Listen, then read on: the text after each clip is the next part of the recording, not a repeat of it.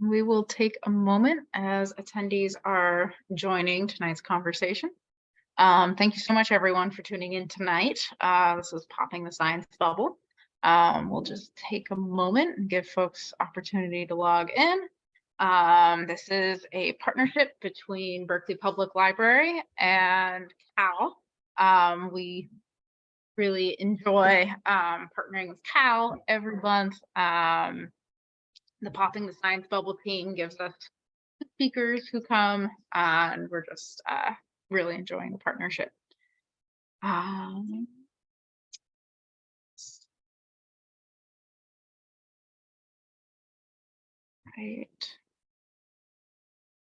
Okay, so it's gonna go ahead and get started with our introduction here and introduce our Popping the Science Bubble team.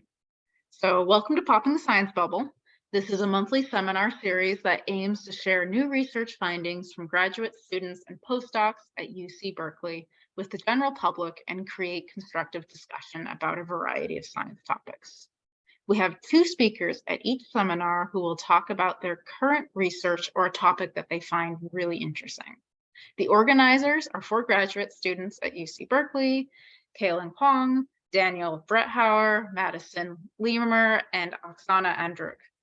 Lectures happen on the 3rd Tuesday of the month at 5:30 p.m. and are currently on Zoom. These programs are live streamed on the Berkeley Public Library's Facebook page and also uploaded to the Popping the Science Bubble's YouTube page. So you can view them later and share them with others. Popping the Science Bubble also has a WordPress site and a Twitter and a listserv that you can join to keep up to date on new Science Bubble lectures. And I really recommend signing up for that listserv.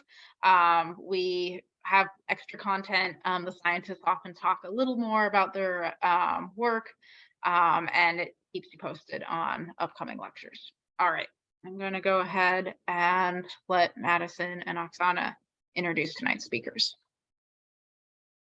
Thank you, Kelsey. Hi, everyone. We're excited to have you guys here tonight. As Kelsey introduced us, we are a monthly seminar series, a group of graduate student researchers from UC Berkeley, hosting other scientists from UC Berkeley to give or talk about their research in their field with the general public. If you are interested in hearing more talks, I think Kelsey went through our socials pretty thoroughly, but you can use any of the links or codes here, and I'll also show them at the end of the seminar if you would like to join them then. Our talk is open format, so this means that you are encouraged and free to ask questions during the talk, as well as we will have a Q&A section afterwards. So please feel free to use the chat or the Q&A function while our speakers are giving a talk, and we will moderate to have your questions asked in real time as time is permitting. So we are excited to have our first speaker, Michael Kielstra, here, and Kaylin will introduce them. Thank you, Madison. It's my pleasure to introduce Michael, our first speaker. Michael grew up in the UK, got his BA on the East Coast, and then now getting his PhD at UC Berkeley. He is in the applied math program, and the work that he is most interested in is applying complex analysis, which he describes as calculus on steroids plus imaginary numbers, to schemes for approximating answers to hard to calculate questions. Michael also writes code, volunteers, hikes, holds strong opinions about open source software, and when he is very sure that nobody's looking, tries to paddle a kayak without making a fool of himself, which I'm sure he has now has gotten much better at. Take it away, Michael. Great, thank you very much. If you'll just allow me one moment. Great, can we all see my slide? Wonderful. So today I'd like to talk about physics simulations. So you set up a physical system in code and you feed that into a computer, and the computer tells you what will probably happen to that system if you actually were to build it in real life. And the first question to ask when you talk about this kind of system is, well, what sort of physics are you simulating? Because there are different paradigms of physics.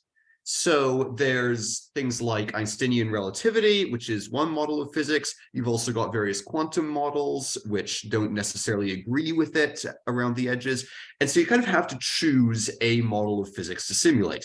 And funnily enough, the model that we will be interested in for the course of this talk is the most standard one, the one that if you took any physics at all in high school or college, you've definitely seen Newtonian dynamics. So this is the physics that's based around that classic law that force equals mass times acceleration. It's the physics that Einstein conclusively demonstrated was not a perfect model of the real world. And you may be, given that, you may be a bit surprised to learn that it's still very much in use. And there's two reasons why. Number one is it's usually pretty good. Like if I just look at something, I see that thing pretty much immediately. There is a speed of light delay, but that speed of light delay is so infinitesimally small that it might as well be zero. And so Einsteinian time dilation and these issues really don't come up unless you're doing very large scale things or very small scale things. But possibly even more importantly than that, Newtonian dynamics is really easy to simulate. Simulating quantum effects can be tricky, but simulating Newtonian dynamics boils down to you have a bunch of objects with a bunch of masses, you add up all the forces on those objects, that gives you the acceleration, and then you just take a small step forward in time and you move all the objects based on the acceleration that you would expect them to have. And if you repeat that over and over and over again, you get a pretty good approximation of what will happen to that system over a long length of time. In fact, you can even go one better, because adding up all these forces is doable, but it can be a bit of a hassle. So people who wanted to predict physical systems came up with the concept of energy. So energy is this quantity that in a closed system, that is a system that doesn't meaningfully interact with any other systems, is conserved. It can't be created or destroyed, it only changes form. There are a bunch of different forms of energy. A few of the more interesting ones are kinetic energy. So I've given you the formula here for the kinetic energy of an object with a mass m and a speed v. V for velocity. And the kinetic energy is 1/2 times m times v squared. There's also here I've given you the formula for the gravitational potential energy, which is the energy required to lift an object of mass m to a height h above the ground on a planet where the gravity is defined by this constant g. So on Earth, g is about 9.8 meters per second. That changes on other planets. So this suggests an idea, which is, what if we redefined physics just in terms of energy? What if energy is conserved becomes the first law of physics? Well, we get something called Hamiltonian dynamics. And Hamiltonian dynamics, for every physical system, defines a function called the Hamiltonian h, which, given a position which we call q and a momentum which we call p, yes, these are swapped around from what we intuitively think they should be. Yes, you just have to get used to this. It will give us the total energy of that system. So the momentum, incidentally, for those who don't recall this, is the mass times the velocity. You can think of it as the oomph of an object, or a measure of how difficult it is to stop, how much it hurts if it slams into you, different ways of thinking about that. So here's an example Hamiltonian. So remember, Q is the position, P is the momentum, and the Hamiltonian represents the total energy of the system. And so here this Hamiltonian is P squared over 2m plus mgq. And so I'm going to ask the chat now. I was told I can ask live questions in the chat, and I'm going to ask the chat now, what kind of system do you think this might represent?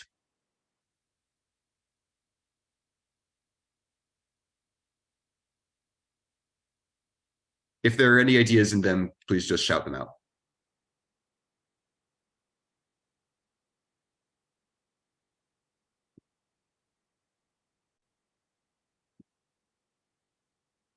Yeah, this was a pretty weird question to ask.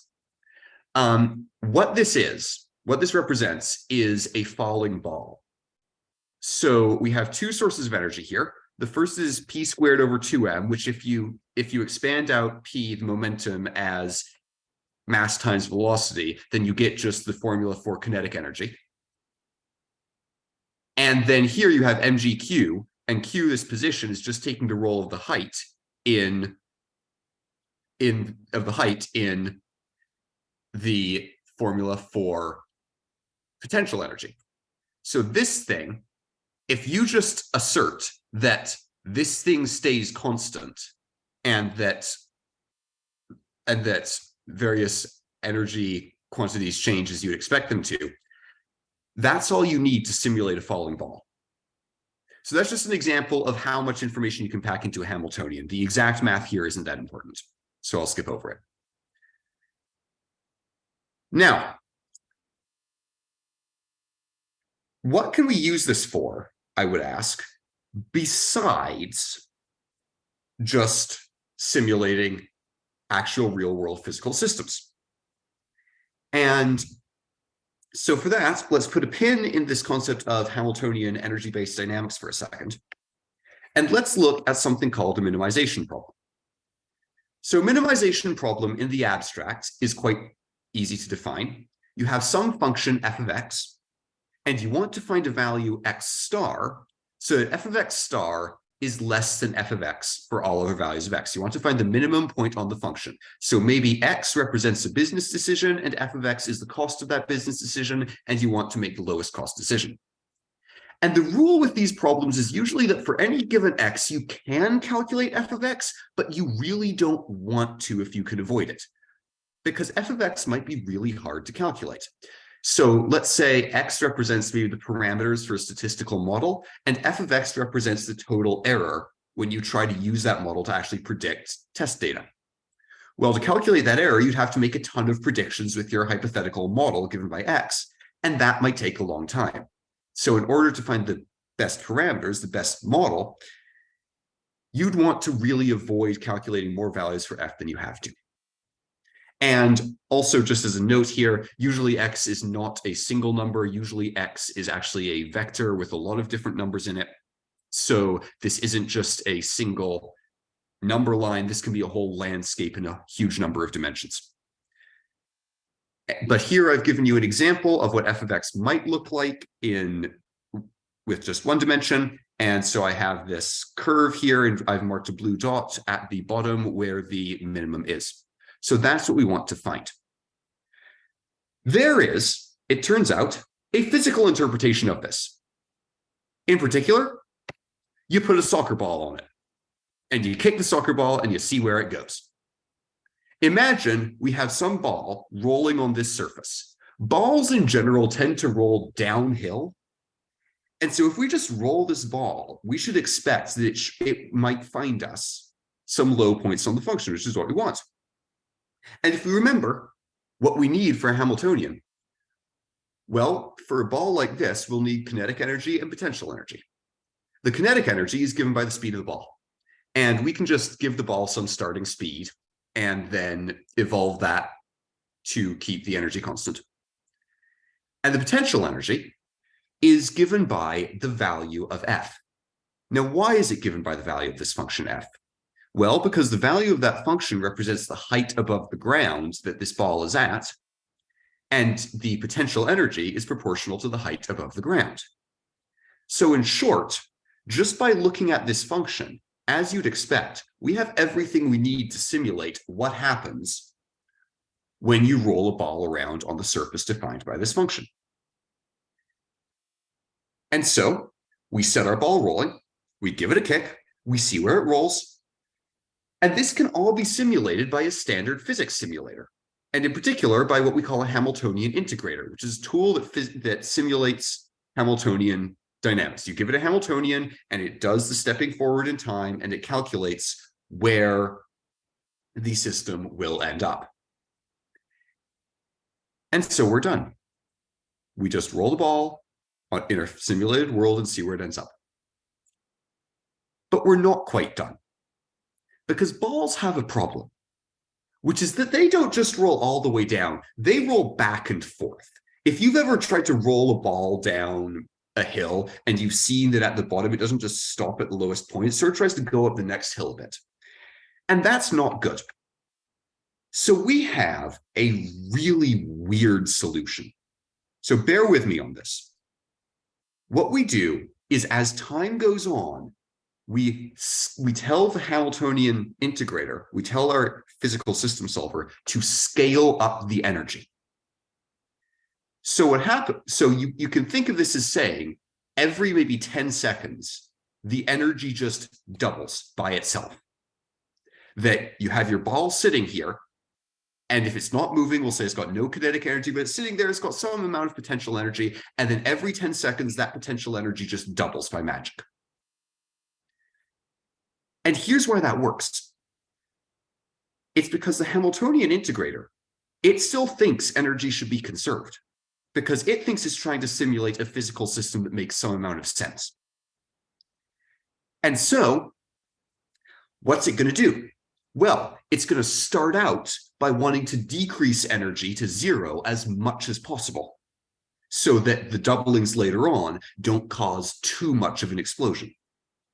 And so in particular, it's going to want to decrease potential energy by rolling the ball downhill, and it's going to want to decrease kinetic energy by making the ball stop once it gets to the bottom. So the ball is going to rocket downhill and land right at the lowest point it possibly can, and then it's going to freeze there, because we are continually increasing the cost of moving the ball by scaling up the kinetic energy. And so what have we done? We've minimized our function. That's what this is supposed to do. It's supposed to find the lowest point on the function, and we've come up with a fit with the world where the physics lets us do that. Now, none of this is real physics. If this sounds bizarre to you, it should. Energy doesn't just randomly appear in soccer balls. But it works. It gives us the answer we need. So what? So I've got one more potential use of Hamiltonian dynamics to talk about. But before I do, are there any questions coming in yet? Michael, I will wait for an audience question if there are any, but I actually would like to interject with one of my own.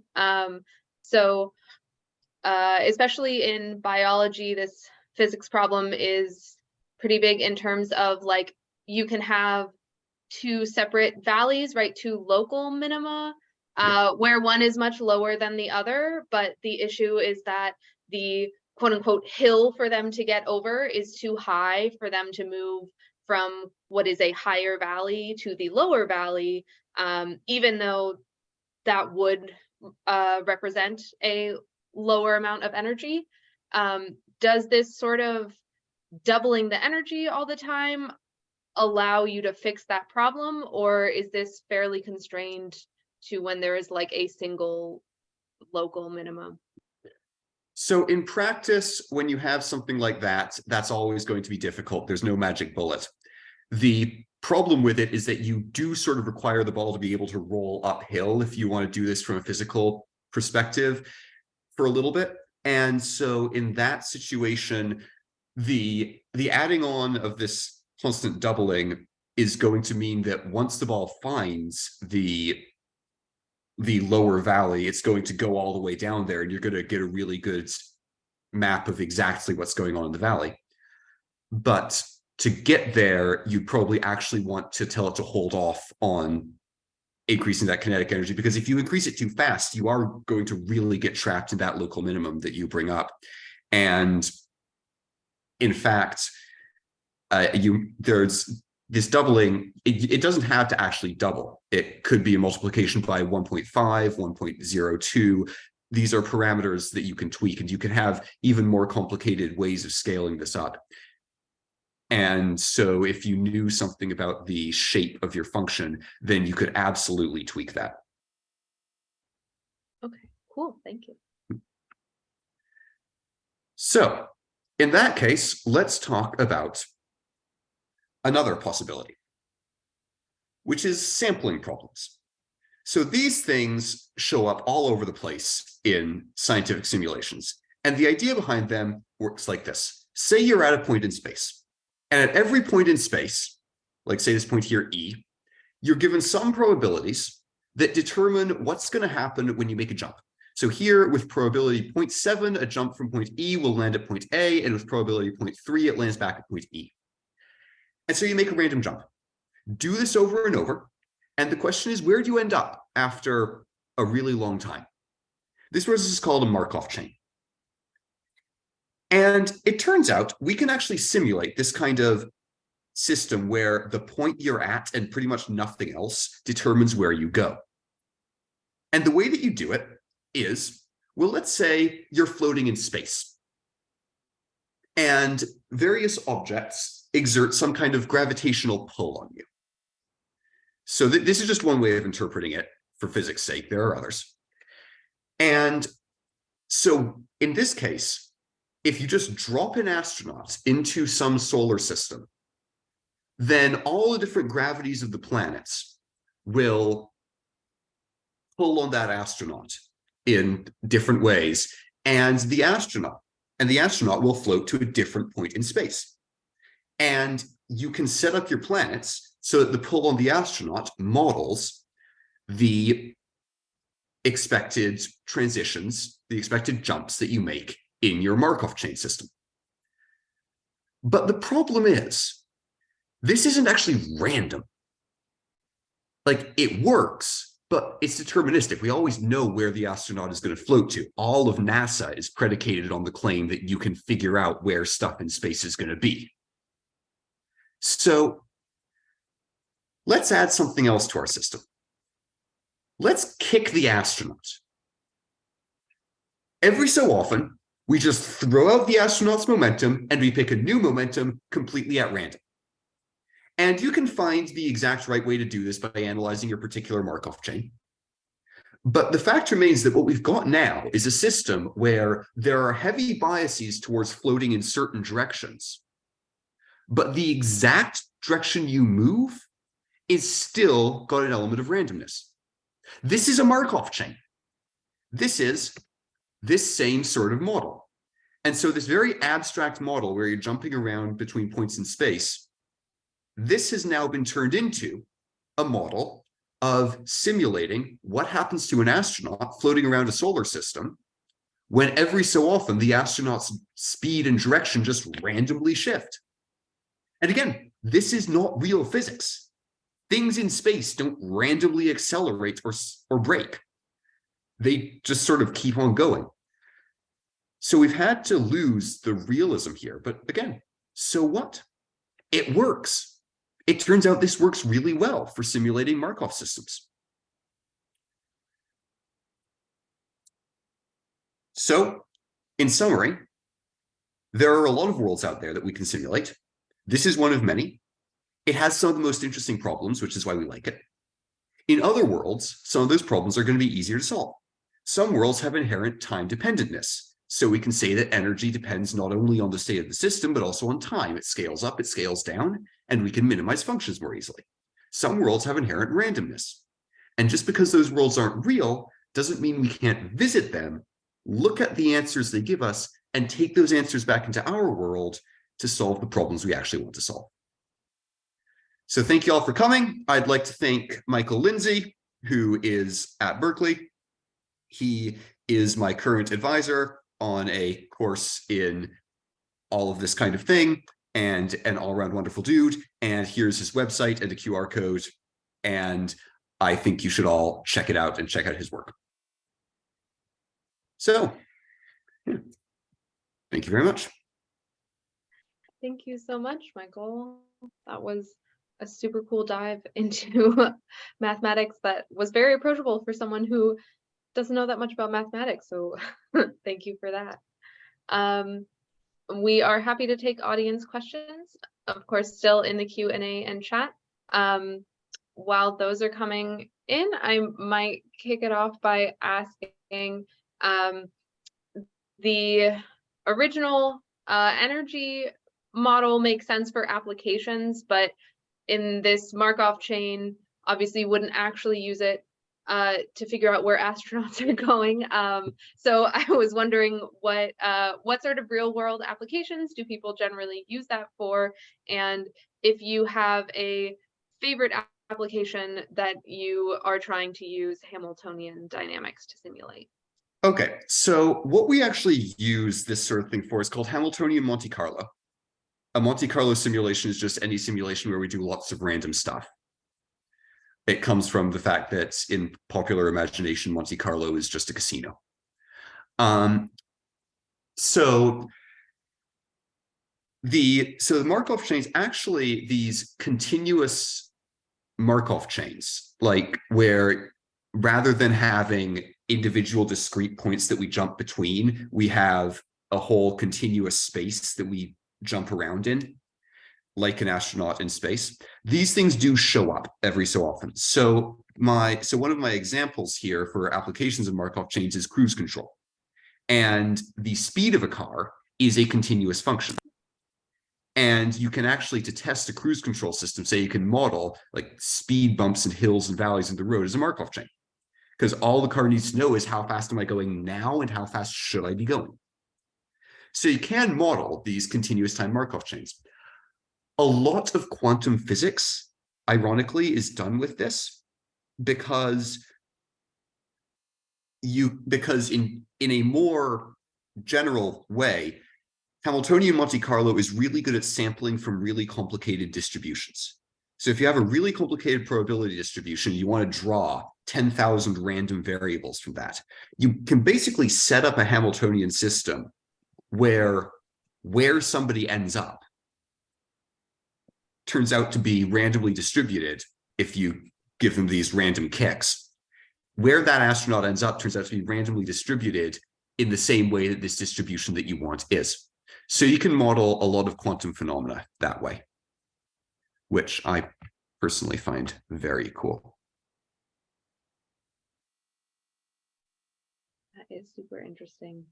I had to take quantum for a short bit in my undergrad, and no desire to follow that up with future math models. So thank you for taking that helm. All right.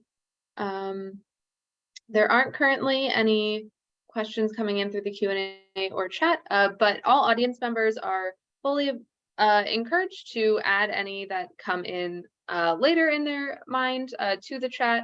And as long as Michael is around, I think he'd be happy to answer them there while Omer is giving his talk. So I will give it over to Oksana to introduce our second speaker for the night. Thank you very much, Michael. Thank you, Madison. Our second speaker tonight is Omer, who is a postdoctoral fellow at the Center for Human Sleep Science at UC Berkeley. He grew up in Jerusalem and did his PhD in physiology and pharmacology at Tel Aviv University studying sleep. His current research is aimed at deciphering the role of sleep in persevering brain function and well-being across the human lifespan. Ultimately, how does a good night's sleep make us feel so much better? And why is it important in the long term? He currently works on understanding the relationship between the physiology of sleep and Alzheimer's disease pathology in seniors using a deep imaging approach. And when not working on sleep science, he is working on his toddler's sleep. We are very excited for your talk. Take it away, Omer. Thank you so much. So today we're going to talk about sleep and specifically sleep and aging. I cannot see your question, I think, since I'm looking on the presentation. So if there's anything, please filter it. Yes, not a problem, Omer. We will moderate for you. No worries. So sleep, we all experience sleep as a very uniform state of sensory disconnection from the environment. And during sleep, consciousness could be totally absent, or we will experience dreams that are totally unrelated to the external world. But sleep entails many physiological changes, starting from the immune system, clearance of waste from the brain, up to changes in actual brain activity. So physiologically, sleep is not a uniform state. The classic way to look on sleep more closely is polysomnography. What is polysomnography? Poly means many, somno means sleep. Can you see my pointer? Somno means sleep, and then graphic, it's the graph that you are seeing. So basically in our lab, we attach electrodes to the scalp and then near the eyes and the muscle tone here in the chin. So we pick up electrical activity of the brain, as well as eye movements and muscle tone, as people doze off and fall into sleep in our lab. So basically, okay, so when you look on brain activity using EEG, which is the brain electrodes, that electrode located on the scalp, we discover massive changes in the frequency of electrical activity of the brain. So above, you see the electrical activity of a person that is awake. So you see that the activity is rather fast and the amplitude is rather low. This is how it looks like. So this is 1 second, and this is about 50 microvolt. That is like 1 million smaller than what you have like in your home battery. And then as we go down, we start to see as people fall asleep, their heart start to slow. We start to see this slow eye movement, rolling your eyes back. And then we start to see also slow EEG activity, slow brain waves. And then suddenly these super big waves appear. We call them K complex when you start to be like more asleep. And then in the peak of slow wave sleep, this is how we call it, named on this wave, this single wave become very, very dominant. And this is already like drastically different than what we see in wake. So this is how the data looks in our lab without any processing. If you come to our lab in 2 a.m. and look on the screen, you'll basically be able to see this like this and know if the person is awake or asleep, just by looking at the brain waves. Then in this stage, what happened also is another stage of it called REM sleep, which the French called paradoxical sleep. Why we call it paradoxical? That's because in this stage, we remain paralyzed and the muscle tone remains very low, although the brain activity looks pretty much like awake or drowsiness. And in this stage, we're most likely to experience full-fledged dreams. So the changes in the sleep states that we just described, they occur in a cyclic manner across the night. In the first half of the night, we're most likely to experience non-REM sleep. That is the big, super big waves, high amplitude waves we just seen in the lower part of the screen. And then in the second half of the night, we're more likely to experience REM sleep. And that is also controlled, like determined by how much we already slept. And then also in a circadian manner by the clock time, meaning if you go to sleep 3 hours later, you will experience in your sleep less non-REM sleep and more REM sleep. And then if you go to sleep earlier, you will experience more non-REM sleep and less REM sleep.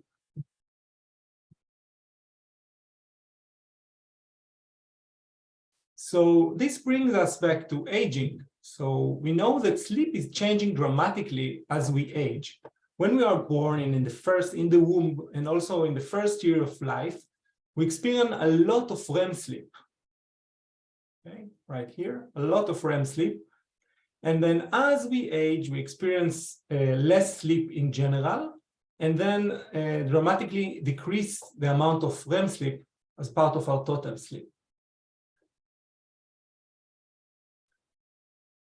So we also know that differences, so what we currently see on the screen is a hypnogram. So we are able to describe the different stages of sleep here on the y-axis and then on the x-axis, you are seeing the timing from the evening till the morning. So this is a full night's sleep of a single person, described in a simple manner according to the different changes of stages. So we know also that in different kinds of dementia, for example, Alzheimer's disease or Parkinson's disease are associated with increased sleep fragmentation, meaning these people are changing the stages quite frequently, move more frequently into the awake state, and then more like shallow stages of sleep.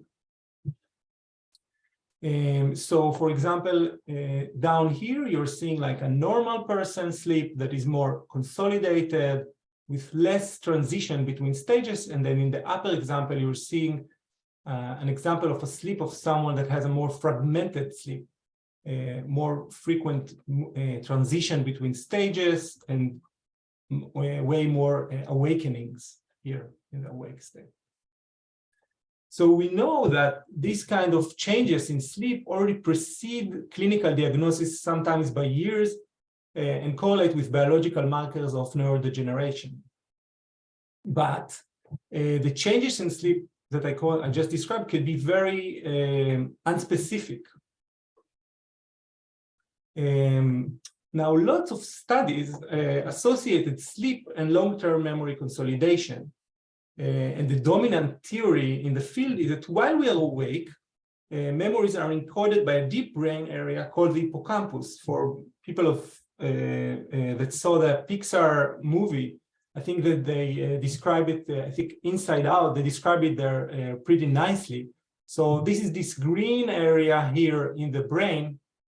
And then the idea is that we know that without these areas, we cannot form new memories. And then during sleep, memories that are important enough are moved into the cortex and stored there.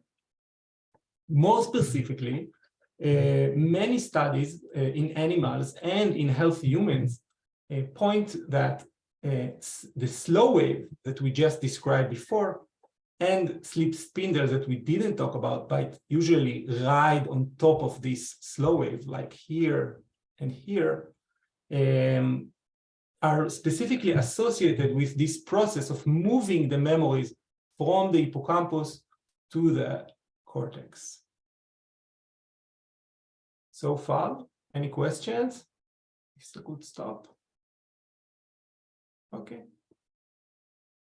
So here in Berkeley, this is our lab here in Berkeley, we are recording the sleep of seniors, and this was done in this lab for over a decade, and we are already having a lot of data here. And I want to tell you about the most recent discovery that we had, and then we go back to the overall context. So looking on this, looking on this slow wave more precisely, we know that if we look on a single slow wave, this is here voltage and this is time, we can identify that every slow is actually occurring in different channels, in different electrodes on the brain. So we can detect it maybe in one, we can detect it in a single channel and then simultaneously in several electrodes on the skull. And what we see is that you cannot see it in this example, but what happens if you look closely here, you see that the slow wave usually detected in one channel and then later it is detected in another channel. So what we see is that the slow waves are actually traveling across the skull. So for every single participant, we can build a model of the way that the waves are traveling in his brain. Now, the interesting thing, So just to make it clear, this is a single head. So that would be the person. So this is the front. So in these circles are the electrodes. Okay, the person is looking here.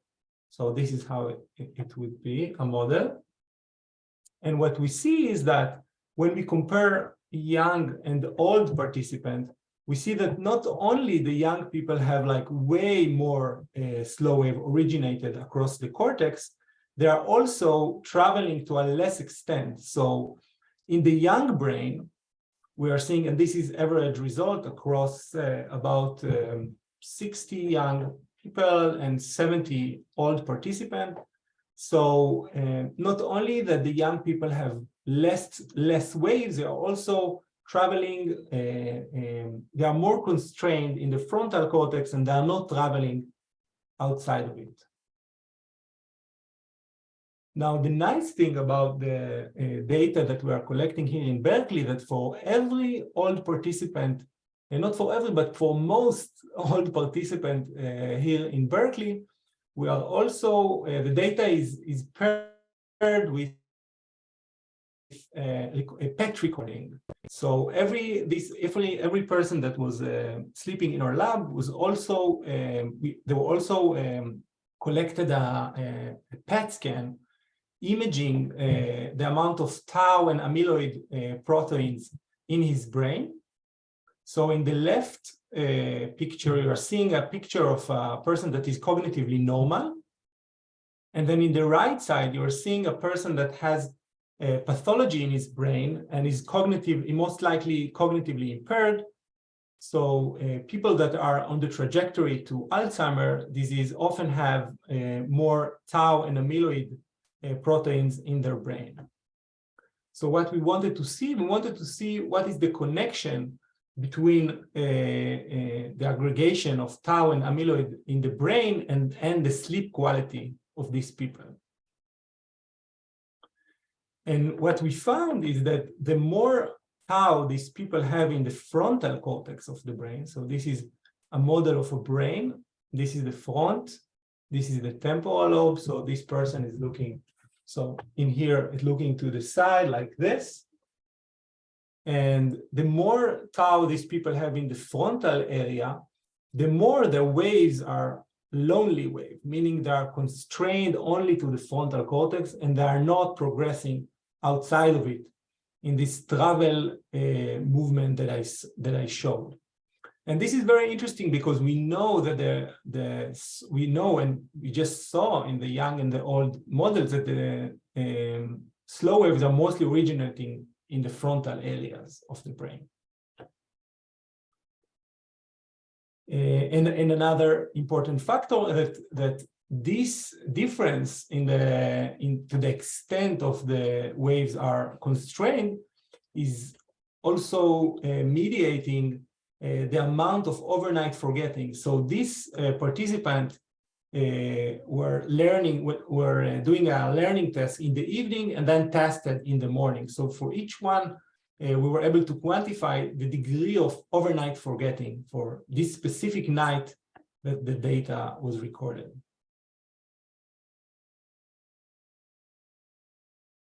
So the take-home message would be that we know that pathology in the brain will cause altered sleep, and that would be with specific waves that we already know that are related to a consolidation process.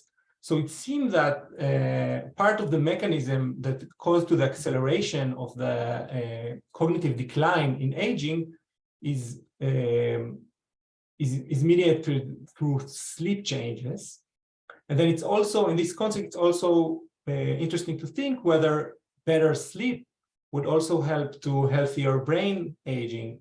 And we have some, it's a topic for a different talk, but we have some results in the field that support this kind of view that if earlier in your life you are able to sleep better, you're actually able to prevent this kind of deterioration. Importantly, we know that it's important to pay attention to your sleep earlier in life. For example, one study showed that difference in sleep duration here on the axis, and then if you look on these people, a cortical volume, meaning the amount of gray matter and the brain, basically the amount of brain these people have. If you sleep 4 or 5 hours when you are old, when you're retired, that would not make a big difference. But when you are more in your middle age, that would matter more. That is to teach us that when you are retired, it's too late to improve your sleep and try to prevent this brain atrophy. And we already we only need to pay attention to our sleep when we are in our 40s and 50s, and maybe even earlier than that.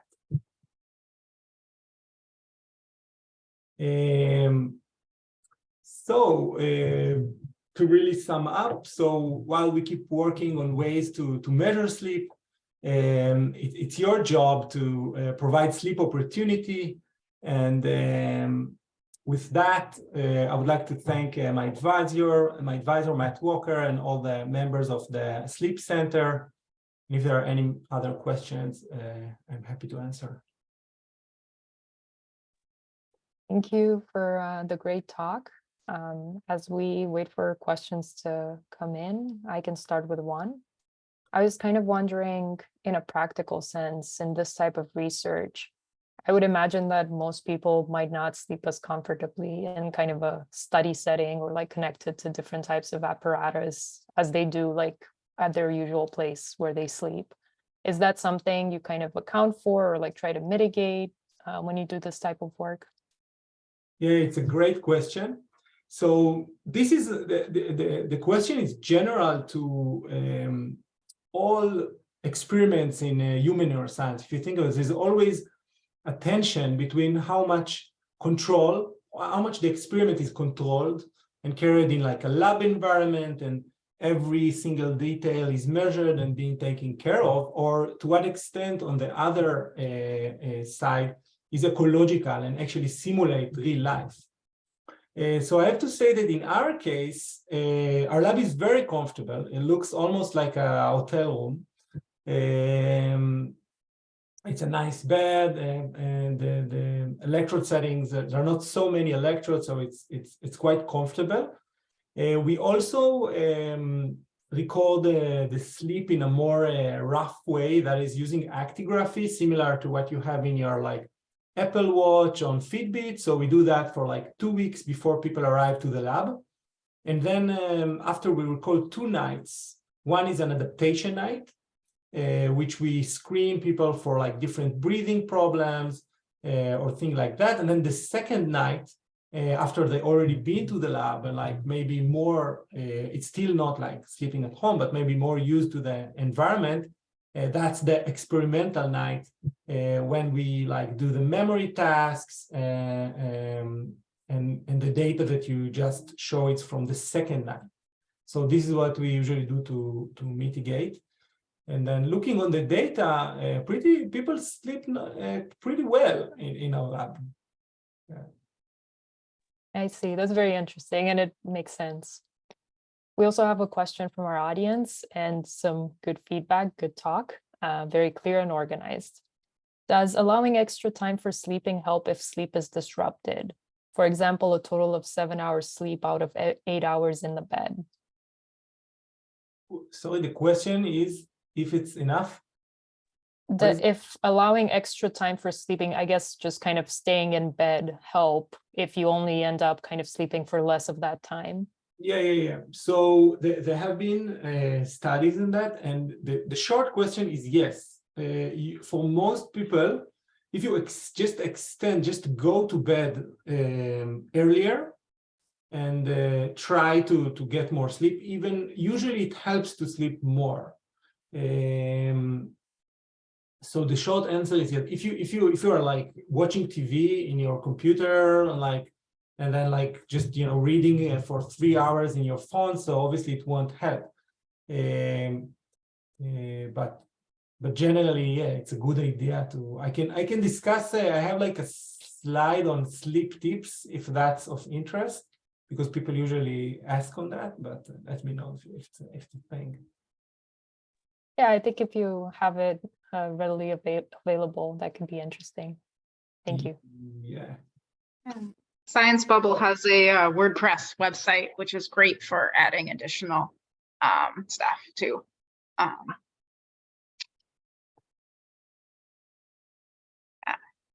Sorry, what are you saying? I was just saying, Science Bubble also has a website too, if you wanted to add your slide there. But go ahead and show it now. This is the slide. I didn't make icons for all that. So these are tips that are tested, and then I got it from like. So the first I think and most important sleep tip is usually after this kind of talks. When I show like looks, bad sleep, it's causing like Alzheimer's and this stuff. So people tend to like kind of panic. So there's nothing more harmful to good sleep than worrying. So this is I think the number one reason for people not to sleep well. So it's better not to worry about your sleep itself. And then other thing that people know that some people might find some of them trivial, but light snack before bed might help. For example, many people find that milk increases sleepiness, as it contained natural soothing amino acids. And then we all know that we should avoid stimulants, caffeine, tea, soda drinks that contain caffeine. And then that would be at least 4 hours before bedtime. And then usually the recommendation will be even like not after, like don't have another coffee after lunch coffee. But that's changing between different people, and there's sensitivity to caffeine. If you are having trouble like sleeping, so do not nap during the day. Reserve all the sleep pressure, what we call is like how tired you are for the one consolidated nighttime. That's not saying that I'm against nap or anything like that. Some people, it works great for some people, and then that's great. And then a full and interesting day can benefit a good night's sleep. For example, we all know that when we travel or we go to a conference or like we meet a lot of people, usually sleep better and fall right into sleep. And then it is also recommended to avoid a strong bedtime stimuli, such as like a TV, like a violent show, or like violent computer games. And it's very beneficial to adopt some kind of like a relaxing evening routine. So you cannot expect to work until midnight and then like, oh, now it's my sleep time, and then like in 10 minutes I'm going to be like wide asleep. It doesn't, it works for some people, but it doesn't work for most people. So you need to like adopt some kind of a relaxing routine some hours before your planned bedtime. Another thing that is usually helpful is what clinicians call sleep hygiene. So use the bed only for, if you're having sleep problems, use the bed only for sleep and sexual activity and not any other activities. And then if you are taking any medication, you can ask your doctor if the prescription you're having could affect your sleep. And then if you're having sleep problems, it might consider consulting with your doctor regarding this medication. More nice tips is that during the evening, it is very recommended to keep a medium light. So when after sunset, to already make your house a bit darker, to avoid extremely strong white light in the house in the evening. This is because we need to know that the for most phones and screens, the light that comes from them is very blue light. And blue light for the body means morning. When you awake in the morning, you see that the sky is very blue, that the room is very blue, and then red light means sunset and like going to sleep. So we should avoid blue light in the evening, and then also if you wake up during the night for some reason, try to avoid any strong blue or white light. And then another cool tip, and then is that in case you don't fall asleep after 20 minutes, go back, go out, get out of bed, try to go and do something else, like a quiet activity, reading, or something like that. And then when you feel sleepy again, go back to bed and try to fall asleep again. And then if 20 minutes have passed again, and you're still unable to fall asleep, you repeat the process. So you're not staying for hours in bed, not managing to get sleep. Alcohol. So drinking alcohol before bedtime is anesthetic.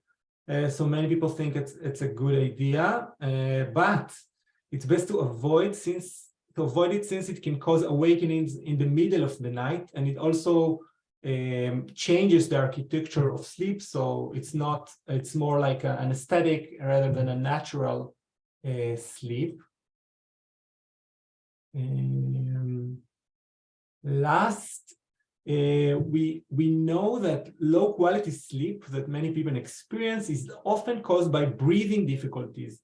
This can come from the anatomy of the mouth and the neck, or it could be related to obesity.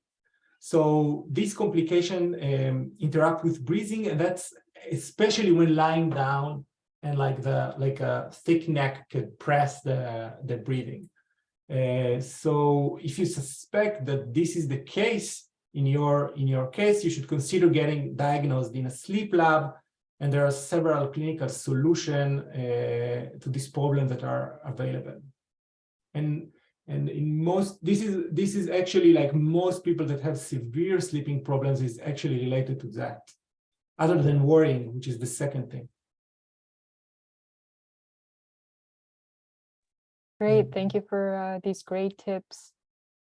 I think if there are any remaining questions, feel free to send them to us over email and we can forward them to our speakers. And I think Madison can now give us the outro. Yes, I want to thank our speakers for one last time, both for two great and interesting talks. We've very much enjoyed having you here for our February seminar, so thank you very much for participating. If you have enjoyed hearing these talks and are not currently signed up to hear about our future events, please feel free to join our mailing list, either using this small link down here, bit.ly/ptsb emails, or scan this QR code. We, of course, are also on a variety of social medias, Twitter, Facebook, and YouTube, as well as our personal website, poppingthesciencebubble.wordpress.com. But just so you already have a heads up, we will be here next month on the 21st at 5:30 p.m. So with that, I'd like to thank all of you audience for being with us tonight, as well as our speakers for a great seminar, and the Berkeley Public Library for hosting. So thank you everyone for being here. Thank you so much. These were great topics this evening. Please tune in again next month, third Tuesday of the month at 5:30 p.m. and we'll bring you more science.